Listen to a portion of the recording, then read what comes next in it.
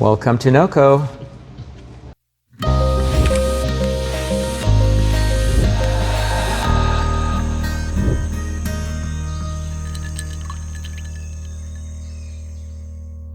I'm Sebastien Gavillet. I'm from Switzerland. I've been in the US for almost 25 years, and I'm a master blender by trade, so winemaker, master blender. And I am the distiller at NoCo Distillery and also co-founder and co-owner. So here's where the magic happens. This is not experimental, but these are our experimental stills. So where we do smaller quantities just to see the quality of the product. Now what's pretty cool here is the neck size is the same on all of these. So I can add bubblers, I can add plates. So here you got bubblers, and I can just put it in between sections and allows me to change kind of the tasting profile the way I want to. And then we kind of reroute things the way we want. We can operate 2 stills at a time. That's why we only have 2 condensers. Otherwise I would have a condenser for each and every barrel. I mean each and every still, but we have to do it too. So we readjust and change accordingly. And then this one here is pretty cool. So this is American made, American copper, but it's also, we can use gas on this one. So we don't do it very often. Maybe once a year we do, so this is a 60-gallon still, and then once a year what we do is we'll do a special release. So 60 goes into a 5, where we will kind of crank up the heat to create that more caramelized flavor coming through and a little bit more of those burnt stuff. And then this is a double diamond, but the difference of this double diamond versus other double diamond is usually a double diamond has a very, very narrow connection. And what we did here is we made a larger connection so that the liquid inside, so the vapor, when the vapor goes up, it kind of creates this vortex. And so it allows for, there is no more bottleneck like there is in a traditional double diamond. So it allows the spirit to flow through, but it creates this kind of vortex inside, which allows for the vapor to really lick the copper structure, and then that creates a reflux. So we get more reflux doing it that way than creating a bottle pressure at a specific area, which is then trying to push the vapors up at a much higher level. So again, a lot of copper reflux. All of our stills are made from copper. For the distillation process, copper for me is the very best, and you can't do better with stainless steel. It's not possible. However, our shotgun condensers or our shell and tubes, they are all stainless steel. And that's just because the more copper contact you get, the more aromas of sulfur that you'll get through. So our first still that we used to have here had a worm tub. Traditional, I mean, it was really traditional Scottish style. The problem is it created a lot of that copper contact, which eventually led to over-sulfurizing the finished product, and that's not something we were interested in. So we got rid of the worm tub, and we put these in. These ones came in 2020, and then the previous ones that we had came in 2018, where we had those were the shotgun condensers. They were still made of copper, but they would cool a lot faster than did a worm tub. And now we only use stainless steel, easier to clean. Also, we have just better control of the quality of the spirits this way. So this is our hybrid still. So what is a hybrid still? It's a still that can be both a column still and a pot still. So this here is our pot still. These are our columns. And we can redirect the vapor from the pot still either to the columns or straight to the condenser or straight to the gin basket, depending on what we're making. So for example, if we were making neutral grain spirits, we would put the wash in here, fire it up, and it would come up there, and then it would be redirected down here, and it would go through each and every one of these babblers, and then this is a defrag. So this is basically like a condenser where water runs through to purify it even more. And then whatever makes it through comes back down here, and then comes back down here, goes back here to the condenser. So from start to finish, we have 20 bubblers, 3 plates, 3 defrags, plus the pot still. So we have 27 reflux. So from vapor to liquid to vapor to liquid in one single run, we have 27 times that process, which allows us to go from 8% alcohol here to 95% alcohol there in one run. But we never do one runs here. Like all of our whiskeys are run a minimum of 3 times. Our vodka a minimum of 5 times. And why do we do that? Because every time we purify it, filter it, clean it, and run it again for the vodkas. And for the whiskeys, we just like 3 runs. So we do 2 stripping runs, which is where we run the full content of the boiler, of the still. And then on the 3rd run is where we do the heads, hearts, and tails cuts. So that's kind of how we differentiate. This was designed as a single unit. It was supposed to be one sticking out the ceiling, the roof, and beautiful glass dome, and the fire department didn't want a lightning rod sticking out the roof, so we had to convert it into 3 pieces. And why 3 pieces? Because of the altitude. Well, why so many plates? Because of the altitude. There is no way that we can produce neutral grain spirits with 4 plates or 12 plates. We have to reach a minimum of 18 at 5,000 feet for that to happen. So that's always something that, there's some distilleries that are much higher altitude that have never been able to make neutral grain spirits. It's not because their equipment is too small. It's because you just can't at that altitude, because the water molecules and the ethanol molecules are too binded together to separate. And so you need that, you need the process to go through. But again, at a specific altitude, it just doesn't happen anymore unless you use vacuum or other techniques. Or you put a product which binds to the water and separates from the ethanol, and that product is called benzene, and I don't think anybody wants benzene in their vodka. So yeah. Over here we have our mash tun. So we don't do much mashing here anymore.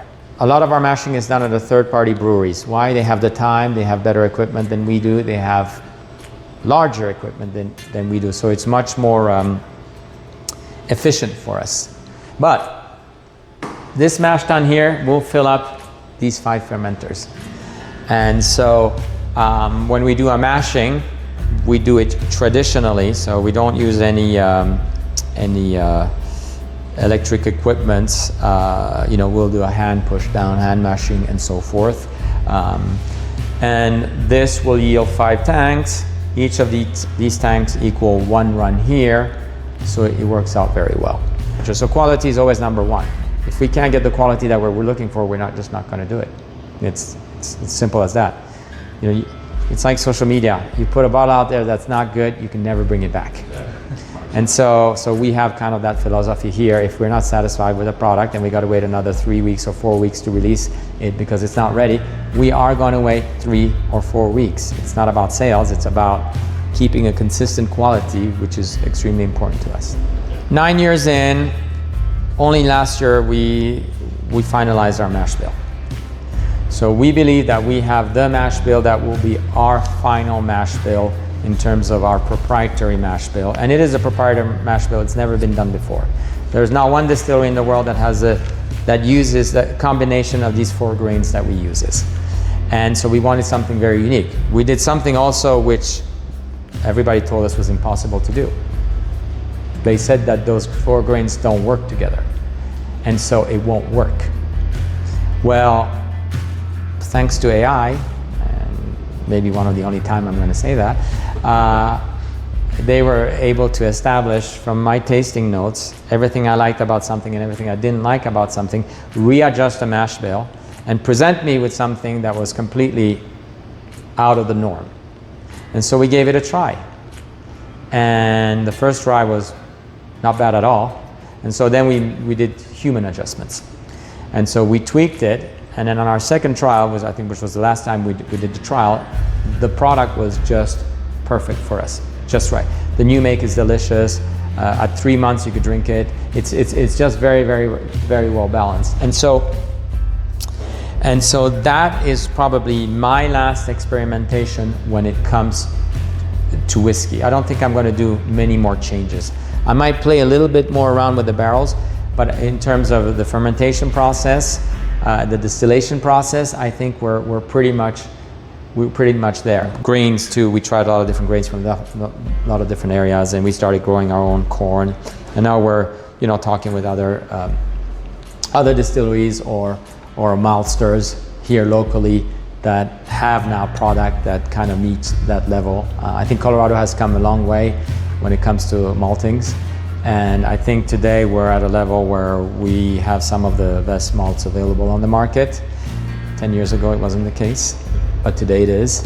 And I think that has to do with I think it's the spirit of Colorado. I mean, there's this craft energy here that is very unique and always trying to do things better, at a higher level. And I think that's why Colorado is doing so well, in competitions worldwide, because we have a product that, that's very unique and different, yet very clean. If you compare our spirits to the spirits in Texas it's hot as hell, just because of the heat that they have there and how the maturation process happens faster because of the heat. Here we have hot summers, absolutely, but we have some very cold winters. And so when the barrel temperature is, it's under 30 degrees Fahrenheit, and it sits there for under 30 for a month at a time, there is not much activity going on. At least there's not much activity going on in terms of the wood extraction. But there's kind of for me, if you were to look at a cycle for every season, in the winter when it gets really cold, everything that was pushed into the wood, when the cellulose in the wood contracts, it's like squidding that's pushed back into the barrel. And then in the summer when it gets warmer and now it's expanding again, it's pushing it back through. So, you do that for a couple years and you have this liquid that flows in and out, in and out, in and out. And you always have to remember that every time it goes through the char level, the char acts as a filter. So the carbon in the char is going to filter out certain of these variables that you do not want. And that's why you're saying that, even though they're small barrels, it's not tannic. Yeah. And so that has to partly have to do with the charring inside the barrel, number one. And number two, it would be a lot more tannic if the wood was a lot younger. And for me, it's like, I wouldn't do this. I would not move to Texas or to New Mexico or to Nevada or wherever to start a distillery. I wouldn't. I would want to stay in the same environment, in the same area that I am today, because I know this has been my experiment. And we know the quality of product we get. We know the awards that we get from these products, so we know that we are right there. And we also know that in blind tastings, very often, our bourbons are very often categorized as Kentucky bourbons when they're not. And that too just shows that, maybe we do have something here in Colorado that's special and that's going well, and we don't have to wait all these years to age it because of the heat variance that we have, and also the lack of humidity. So there is, I think Colorado is in the top 3 states in the United States for whiskey production, hands down. How long do you guys typically ferment your other whiskeys and spirits? So we do on average 4 weeks. So our rye, our corn, our barley, 4 weeks. Agave, minimum of 4 weeks. It takes a lot longer time to break down the agave. The cane, that's a temperature thing purely.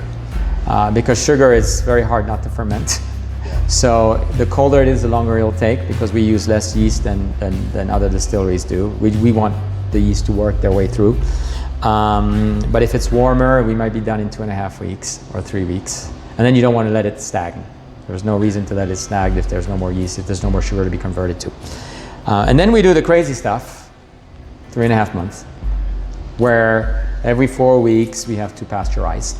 So we have to be very, very careful on the, you have to keep a nose, an ear, and an eye on your wash constantly. And usually it's by smell. You walk in here and you know something's going wrong. And so it's that quick. from one day to another. And so then you have to, well, pasteurizing it, what does it do? It kills all the bacteria, so that helps, or most of the bacteria. It doesn't kill the yeast, not the yeast that we use. So it allows that yeast to survive. And then it allows us to pitch the nutrients to give a boost to the yeast, and then see you in 3 weeks or 3 and 4 weeks when it's bound to happen. These are open tops, even though we put a lid on it, it's gonna get there. And what happens is the fermentation kind of it goes dormant, and then it picks up, and then it goes dormant, and then it picks up. So there's sometimes no activity, so we'll have no change from one week to the other gravity-wise, and then the following week it picks up. It could be temperature, it could be variables of things, and then it starts picking up again. And as we do that, again, and as we pasteurize, so we're bringing the heat. So every time you heat it up a bit, it's going to change also the structure of the liquid itself. And every time we did that, it just changed, and it created this more and more concentrated, more and more elegant wash. Now, we wouldn't drink it per se. You would taste it, but you wouldn't drink it. But in the mouthfeel, you can really see that it had so much structure and so many different levels. And so we kept doing that process. We said, hey, we don't need these for the next 2 months. Let's keep on going. So the reason we stopped at 3.5 months is because we needed to do something with the tanks in which they were, and 3.5 months was long enough. Plus, on top of that, in terms of the gravity, we just passed under 1. So pretty much the entire fermentation process was completed. But it did take 3.5 months to go from where we started to where we finished. And then we distilled it, and the new make was so different to anything that we ever had. And it was rich, it was vibrant, it just had a lot of different flavor profile that I've never seen before. It didn't even qualify. Like when you tasted it, you said, oh, you know, this tastes like an Armagnac or something like that. And so it had all these different variables that come from the sour yeast that we used. And again, that was an experimental process, which we did create quite a lot of barrels, over 100 barrels, because that was kind of our flagship product. But we will be doing it again? Probably not.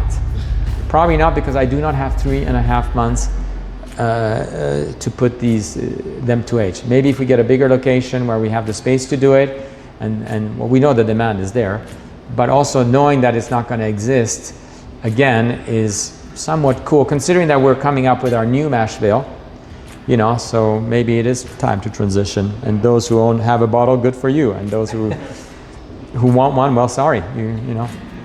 You know, the goal is to elevate everybody in Colorado or elsewhere, and to learn.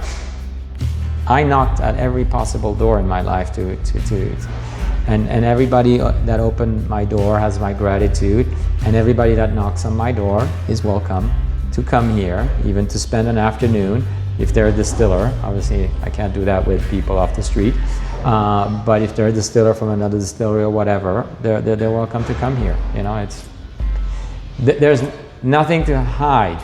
The secret, most of the secret is in the raw materials, the equipment, and the barrels and the yeast that we're using. But if you're not willing to invest that kind of money into the process, you're never going to get a product. There is, and this is, when you start a distillery, where's your standard? Is my standard MGP and I'm going to be, you know, a B+ product? Or do I want to go above that? Or do I want to go below that, and because I don't care, because I've got the tourists to come here and they're going to buy my product regardless of it? You know, I mean, there's so many of those places where you don't care. They got 20 million people going through their town, and they're just, you know, selling 60, 70,000 bottles a year. And that works. Here I have no tourists showing up. The people that show up here is because they want to come visit here, because they want to come taste our product here. But it's not random traffic. Oh, we happen to walk by in front of your location and we want to stop and see what you're doing. It's not that. And so we pride to be, you know, yeah, I want to be the Patek Philippe of distilleries. You know, I want to be at that level where everything is really super, super high end and it's very controlled, and we know what's going on, and we can tell you why this is like this or why that is like that, because we're in touch with everything. These are my children. We always say if our new make is not drinkable, it's not going into a barrel. Yeah. Whereas a lot of new makes are not drinkable. They're just not. They're like, oh, okay. And so you see that roughness we talked about earlier, that roughness really comes from your distillation process. And so a lot of people distill in a particular manner that's not adapted to altitude, that's not adapted to anything. Their temperatures are completely wrong. They just are. I mean, I've seen it many times in distilleries. I said, wow, he's using a book that was written in Scotland or that was written in Kentucky where the altitude is pretty low and the temperatures are not the same. And I know because for the first 3 months we distilled here, our stuff tasted like shit and we couldn't figure out why. You know why? Because we were following exactly the same thing as everybody else was using. Manufacturer's recommendation and guidelines. Well, we ended up hiring an engineer that specialized in high altitude distilleries, and he created this spreadsheet for us where not only we know exactly what we're going to get at what temperature, at what cut, where our cut needs to be, how long it's going to take to get there and everything.